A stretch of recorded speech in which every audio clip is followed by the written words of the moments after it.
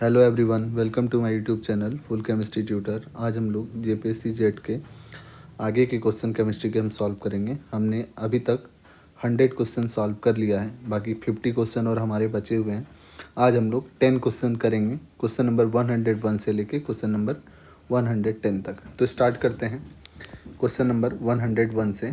इसमें दिया गया हमें क्वेश्चन है कि given below two statements, one is labelled as assertion. हमें एक असर्शन और एक रीजन दे रखा है। असर्शन में बोल रखा है कि पीडीसी, pyridinium डाइक्रोमेट जो होता है, is often preferred over PCC for oxidation carried out in polar solvent like DMF. Reason हमें दे रखा है PDC is not soluble in polar aprotic solvent than PCC, और इस असर्शन रीजन के अकॉर्डिंग हमें आंसर बताना है। तो क्या होता है, जो पीडीसी और पीसीसी हैं दोनों क्या होते हैं, दोनों माइल्ड ऑक्सीडाइजिंग एजेंट है ना। पीडीसी और पीसीसी दोनों क्या है, माइल्ड ऑक्सीडाइजिंग एजेंट है। ये क्या करता है, ये दोनों 1 डिग्री अल्कोहल को अल्डिहाइड तक रोक देता है ना, अल्डिहाइड तक रोक देता है। लेकिन अगर स्ट्रॉन्ग ऑक्सीडाइजिंग एजेंट जैसे K2Cr2O7 या KMnO4 लेंगे तो 1 डिग्री अल्कोहल को एसिड में कन्वर्ट कर देता है। और जो पीडीसी है वो ज़्यादा सॉल्युबल होते हैं polar solvent, polar organic solvents में, ठीक है। पोलर ऑर्गेनिक सॉल्वेंट्स में ज़्यादा सॉल्युबल होते हैं, जैसे DMSO या DMF, इन सब में ज़्यादा सॉल्युबल होते हैं। तो जो फर्स्ट स्टेटमेंट हमें दे रखा है कि पीडीसी को ज़्यादा हम प्रीफर करते हैं पीसी से, तो ये सही है क्योंकि पोलर सॉल्वेंट में ये ज़्यादा सॉल्युबल होता है। दूसरा मतलब असर्शन हमारा सही है। और रीजन क्या रखा है, PDC is not soluble in polar aprotic solvent. तो पीडीसी क्या होता है, पोलर अप्रोटिक सॉल्वेंट में सॉल्युबल होता है, जैसे डीएमएसओ और डीएमएफ में सॉल्युबल होते हैं। तो सेकंड स्टेटमेंट जो रीजन दे रखा है वो गलत है। तो आंसर हमारा क्या होगा, assertion is correct but reason is not correct. तो आंसर हमारा सी हो जाएगा इसका। क्वेश्चन नंबर 102, इसमें हमें दे रखा है फिर से वही असर्शन रीजन वाले क्वेश्चन है। इसमें हमें असर्शन दे रखा है कि reduction of nitriles with DIBAL H at low temperature gives aldehyde after hydrolysis. तो हमें कह रहा है कि अगर हमने डाइबल एच से नाइट्राइल्स का रिडक्शन करा और बाद में फिर हमने हाइड्रोलाइज करा तो वो अल्डिहाइड देता है ना। तो जैसे मान लो कि हमने ले लिया RC ट्रिपल बॉन्ड N, इसका डाइबल एच के साथ अगर हमें रिएक्शन करा, डाइबल एच के साथ जब हमने रिएक्शन करा, ये एक हाइड्राइड ट्रांसफर करेगा तो ये H माइनस यहाँ जाएगा, N पे माइनस चले जाएंगे, बन जाएगा RC double bond N minus. और हम जब इसका हाइड्रोलिसिस कर देते हैं तो हमारे पास एल्डिहाइड मिल जाता है ना। तो फर्दर रिडक्शन इसका नहीं होता है। क्यों नहीं होता है, क्योंकि जो डाई आइसोब्यूटाइल एल्युमिनियम हाइड्राइड है वो क्या है, इसके पास सिर्फ एक ही हाइड्रोजन है डोनेशन के लिए, एक ही हाइड्रोजन अवेलेबल है, इसलिए ये एक स्टेप रिड्यूस करके छोड़ देता है ना। तो हम क्या कह सकते हैं, ये कह सकते हैं कि फर्स्ट स्टेटमेंट जो है सर्सन है वो सही है, DIBAL H adds only one equivalent, तो ये भी सही। सेकंड स्टेटमेंट भी सही है क्योंकि ये एक ही हाइड्राइड ट्रांसफ़र करता है, इसलिए क्या होता है, रिएक्शन यहीं रुक जाता है, फर्दर रिडक्शन नहीं हो पाता है। तो हम कह सकते हैं कि बोथ असर्शन रीजन इसका करेक्ट है और जो रीजन है वो करेक्ट एक्सप्लेनेशन है। 103 नंबर वाला क्वेश्चन देखते हैं। इसमें भी हमें असर्शन रीजन दे रखा है। असर्शन बोल रखा है कि molecules with small HOMO LUMO gap, HOMO मतलब हाईएस्ट ऑक्यूपाइड मॉलिक्यूलर ऑर्बिटल और ल्यूमो मतलब lowest unoccupied molecular orbital, energy gaps tend to be more chemically reactive. क्या होता है कि अगर मान लो कि ये होमो है और ये लूमो है ना, होमो में इलेक्ट्रॉन्स भरे रहते हैं, हाईएस्ट ऑक्यूपाइड मॉलिक्यूलर ऑर्बिटल है, और ये लूमो जो है वो खाली है, लोवेस्ट अनऑक्यूपाइड मॉलिक्यूलर ऑर्बिटल। अगर इनके बीच गैप कम है, इसका मतलब इनके बीच जो एनर्जी का गैप है वो काफ़ी कम है। अगर एनर्जी का गैप कम है तो आसानी से इलेक्ट्रॉन ट्रांसफ़र हो सकता है। तो हम कह सकते हैं कि ये रिएक्शन में पार्टिसिपेट कर सकता है और ये रिएक्टिव होगा, है ना, ये रिएक्टिव होगा। अगर होमोलोमो के गैप कम होंगे तो एनर्जी गैप अगर कम होगा तो ये आसानी से रिएक्शन करेगा। तो क्या कह सकते हैं कि ये रिएक्टिव होगा, है ना। तो फर्स्ट स्टेटमेंट हम कह सकते हैं सही है जो असर्शन इसका। रीजन कह रहा है कि electron can not be promoted easily from HOMO to LUMO when the energy gap is very small. गलत है कि अगर एनर्जी गैप जो है वो काफ़ी कम है तो आसानी से इलेक्ट्रॉन जा सकता है ना।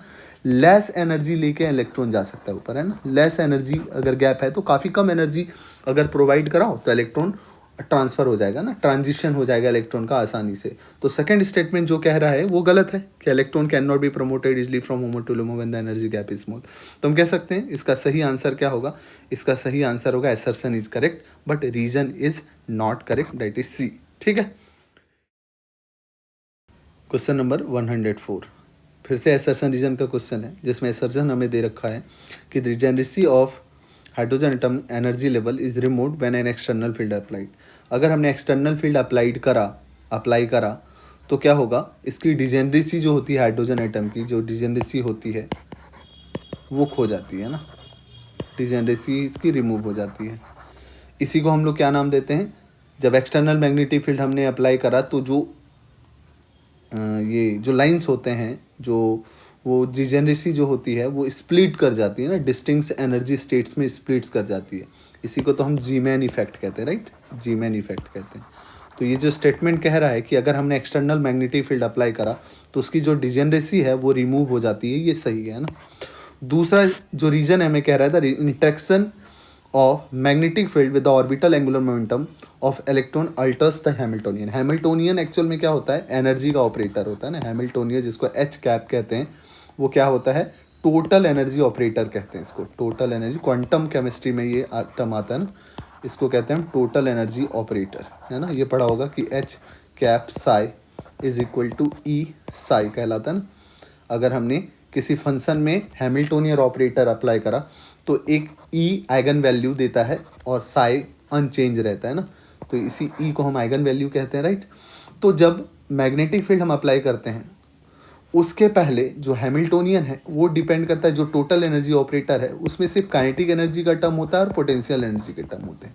लेकिन जैसे ही हमने एक्सटर्नल मैग्नेटिक फील्ड अप्लाई करा तो उसमें एक और टर्म इंट्रोड्यूस हो जाता है, जिसको जब हम ये एक नया इंट्रैक्शन टर्म इंक्लूड हो जाता है, इंट्रैक्शन टर्म, एच इंट्रैक्शन कह सकते हैं इसको, एच कैप इंट्रैक्शन, जो होता है म्यू माइनस का म्यू बी, और जहाँ पे म्यू क्या है हमारा, मैग्नेटिक डायपोल मोमेंट जिसको कहते हैं हम। जैसे ही मैग्नेटिक फील्ड अप्लाई करा तो मैग्नेटिक डायपोल मोमेंट टर्म आता है और साथ में मैग्नेटिक फील्ड, है ना, बी को क्या कहते हैं, मैग्नेटिक फील्ड।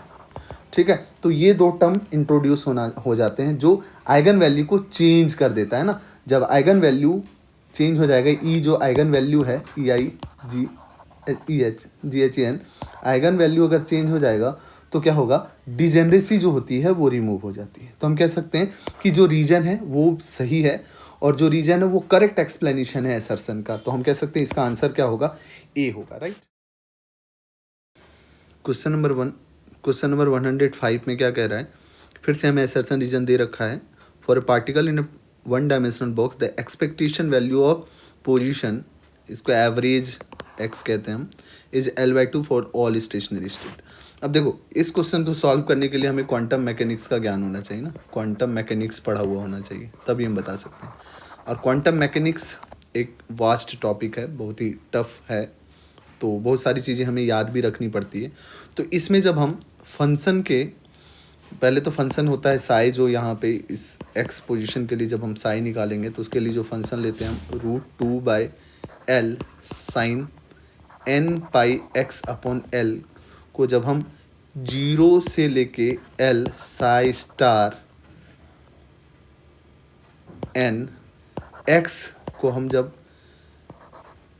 इस डिफरेंट ये इंटीग्रेट करेंगे 0 से L तक, इसकी जो वैल्यू आती है वो L/2 आती है। ठीक है, तो इसको हमें जब तक हम पूरे अच्छी तरह से नहीं पढ़ेंगे तो हमें समझ नहीं आने वाला कि क्यों ये करते हैं, हम कैसे निकालते हैं। तो ये सारी चीज़ें हमें पढ़ने से आएगी। तो ओवरऑल हम यहाँ पे ये बता सकते हैं कि एसर्सन जो है उसका सही है, इसकी वैल्यू जो आती है हर बार वो L/2 ही आती है। और रीजन की बात करें तो probability density function is symmetric about the centre of the box, तो ये भी सही है। ठीक है, जब प्रोबेबिलिटी डेंसिटी मतलब इस फंक्शन का जब हम स्क्वायर करेंगे तो वो प्रोबेबिलिटी डेंसिटी कहलाती है। तो ये जो प्रोबेबिलिटी डेंसिटी फंक्शन है वो सेंटर ऑफ बॉक्स में हर तरफ से सिमेट्री ही होगा। ठीक है, तो ये आर भी सही है और करेक्ट एक्सप्लेनेशन है, जो एसर्सन का जो रीजन है वो करेक्ट एक्सप्लेनेशन है। तो आंसर इसका ए हो जाएगा। ठीक है, तो जिसने भी ये करा होगा सही होगा, और जिसने करा होगा वो जरूर पढ़ के गया होगा क्वांटम मैकेनिक्स, इसलिए करा होगा, है ना। तो नेक्स्ट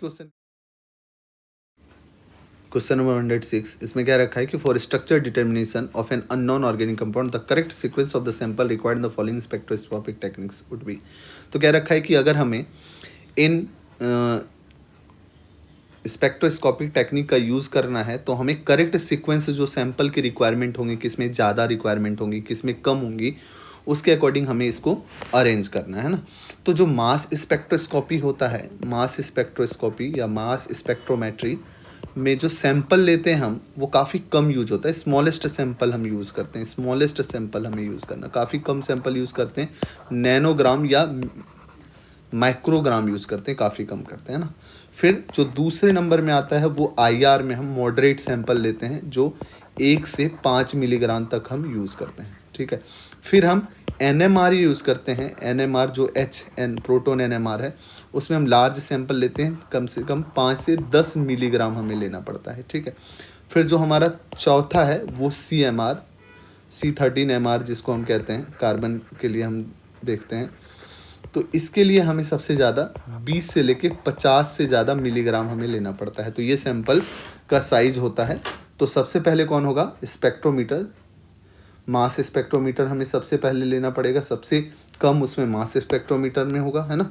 फिर हमारा आ जाएगा IR में, फिर होंगे HN1 प्रोटोन NMR, फिर C13MR।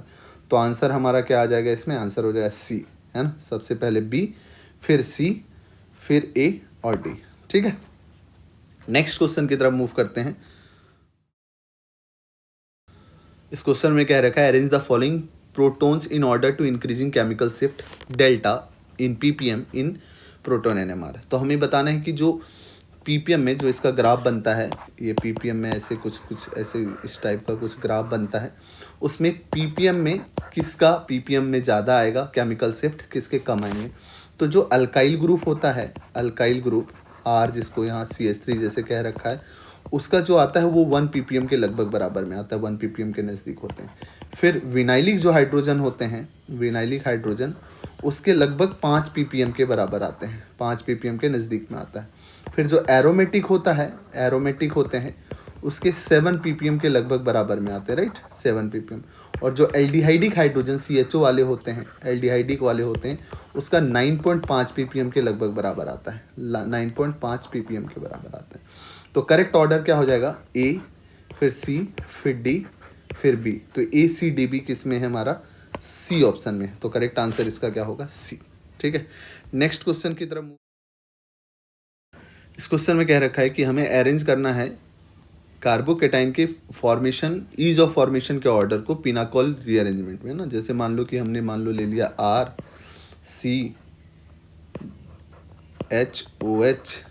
RCHOH, ये पिनाकोलन रीअरेंजमेंट जो हम करते हैं, उसमें जो कार्बोकेटाइन बनेगा वो सबसे पहले किस में बनना चाहेगा? तो हमें पता है बेंजाइल कार्बोकेटाइन स्टेबल होते हैं, तो पहले बेंजाइल कार्बोकेटाइन बनना चाहेगा, है ना।